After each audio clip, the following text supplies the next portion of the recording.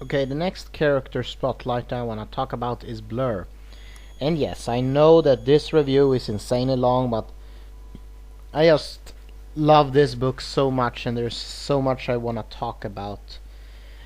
And you know, if you didn't want to listen to this long of a review, you would probably have left the site already. For those that don't remember, Blur was this blue, super fast Autobot. And in the cartoons I found him to be rather annoying. He has this speed up voice, you know, like Alvin and the Chipmunks. But here he is actually very likable, and he also has a very interesting backstory. It turns out that he used to be an athlete before the war. He participated in a lot of races. And he was a very arrogant and very self-absorbed transformer.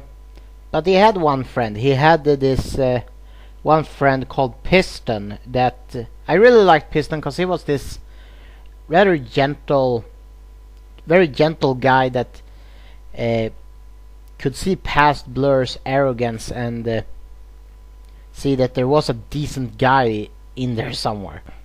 But then the war started, and people didn't have time anymore to watch the races.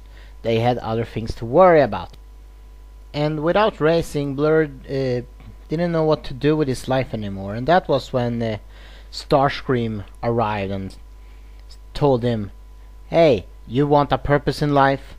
Come with us, the Decepticons, and we will give you a purpose in life. We can make you feel important because you are powerful."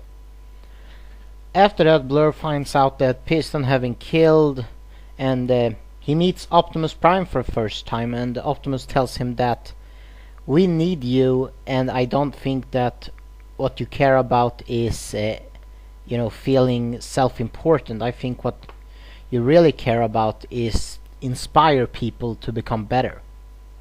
And that was when he became an Autobot.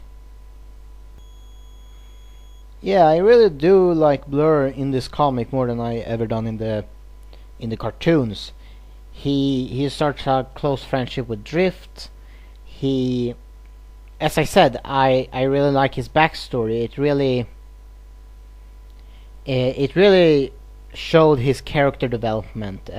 Somewhat cliched, but I think it was handled very well, and it made me care about him. Okay, Prowl is another character with a very interesting story arc in here. During the last 5 years or so, Prowl has been reinterpreted in many ways. In the movies, he's this big, ugly tank Decepticon. In Transformers Animated, he was this ninja bot that transformed into a motorcycle. But the original Prowl, the Prowl that is in here, was actually a chief of the Autobot Scientist Committee. He helped design weapons for the Autobots, and he was even a tactical advisor for Optimus Prime. You know, helped him laying out the battle tactics and so on. Prowl is also a mathematical genius, and he has calculated that if the Autobots continues in the way they do, they will eventually lose the war against the Decepticons. He thinks that this is because they give so much responsibility to hotheads like Grimlock and Hot Rod.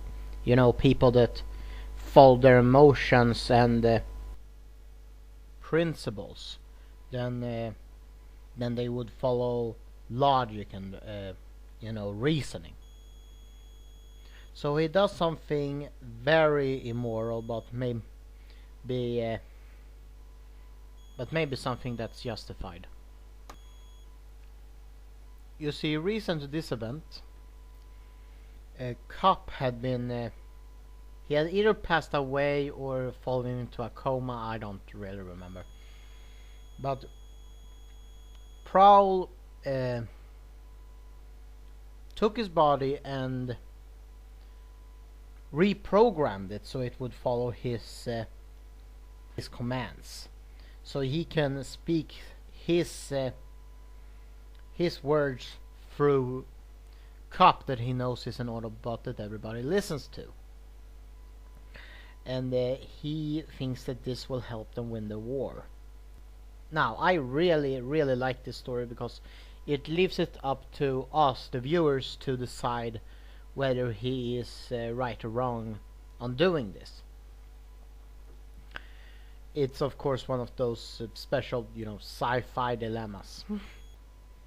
Okay, so Cliffjumper and Perceptor have also been given spotlight chapters in this book. But they are sort of, meh.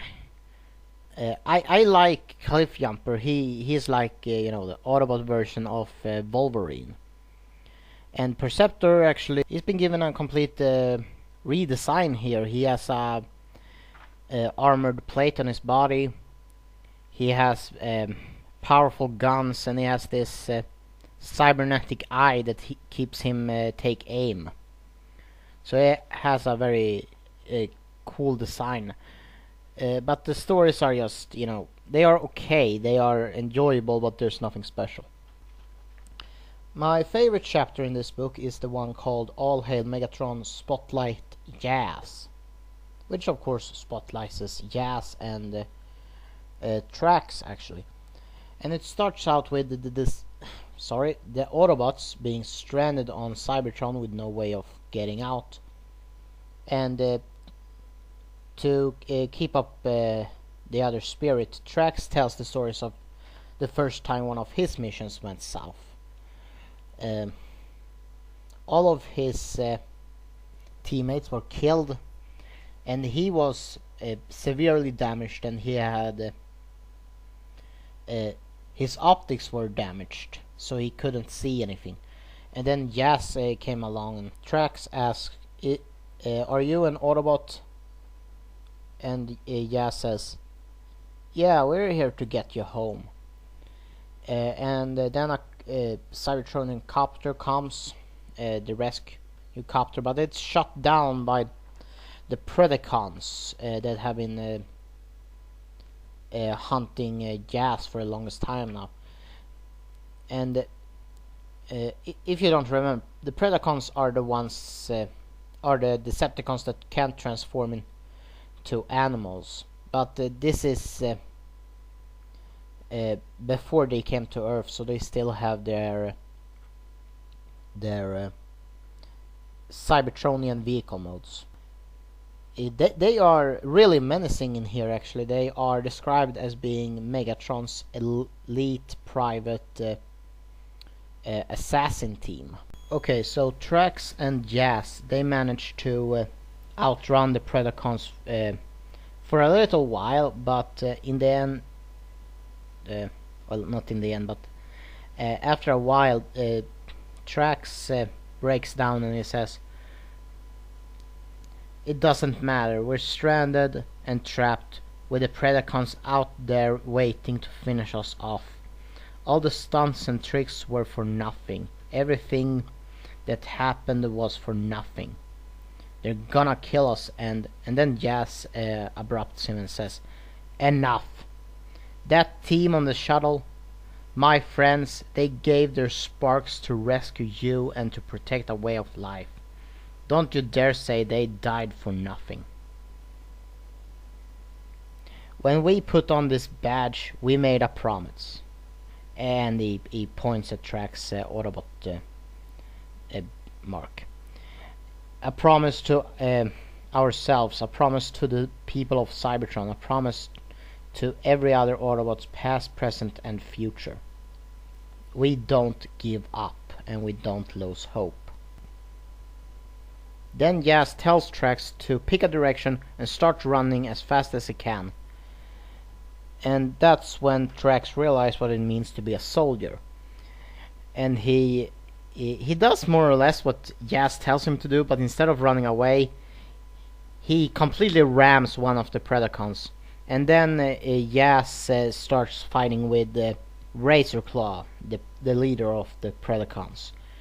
And it's a really great battle scene. It's almost cinematic. Then Ironhide comes with a new uh, rescue shuttle, and when they are back at the Autobot base, Trax is let out on a sick bay, and he turns to Ironhide and he asks, "Excuse me, sir, the bot that saved me, do you know who he is?" And Ironhide responds, "Yeah, kid, he gave me a message for you. He said to tell you that he was just an Autobot, just like you, and never forget what that means." So Trax never learns that it was Yaz that saved him that day, although it is hinted on the end of this story that he might suspect Yaz to be the one that saved him. But that's not what matters. What matters is that he learned to trust his teammates. And Yaz never told him, because what matters to Yaz is not the respect or the reputation. What matters is that his friend and ally learned something and became a better soldier because of it. So yeah, I know that this story is really cliched, but I can't help it. It's so nostalgic, it's so classic. The colors are wonderful, the artwork is wonderful, I love the characters. Actually, I like the characters even more now than I did before. And I love the message, and I just love how well executed everything about the story is. The artwork for each chapter is of course very different. It's different artists, but it's also different styles. Some of them looks a bit like, I don't know, a DC comic. Others are a little bit more cartoony. Actually, there's one here, the one with Cliff Jumper, that is very much like a Japanese manga. And there's another one. Actually, there's two. The one that spotlights Bumblebee, and another one that spotlights Starscream. That looks, I don't know. It looks a little bit like something from Vendetta or something. 80s 80s style. It's very dark and very. It's simple, but it's also very dark and really. I don't know, gothic, I guess you can say. I really like the art style in those two chapters. There is a couple of things in this comic that I did not like. First of all, I found all of the human characters to be extremely boring, and I did not understand why they felt the need to tell all the stories in such a disorderly way. I mean, some of them take place before the Decepticons invade Earth, others take place after, and they are just, all over the place. Also, I can't recommend this one to someone that's not a Transformers fan. You probably need to know a little bit about Transformers before you read this book. Read some of the other comics or watch the cartoons. But if you are a Transformers fan, which you probably are if you are still watching this video, it is a must read. It's one of my favorite graphic novels of all time, and you need to read this if you are as interested in Transformers as I am.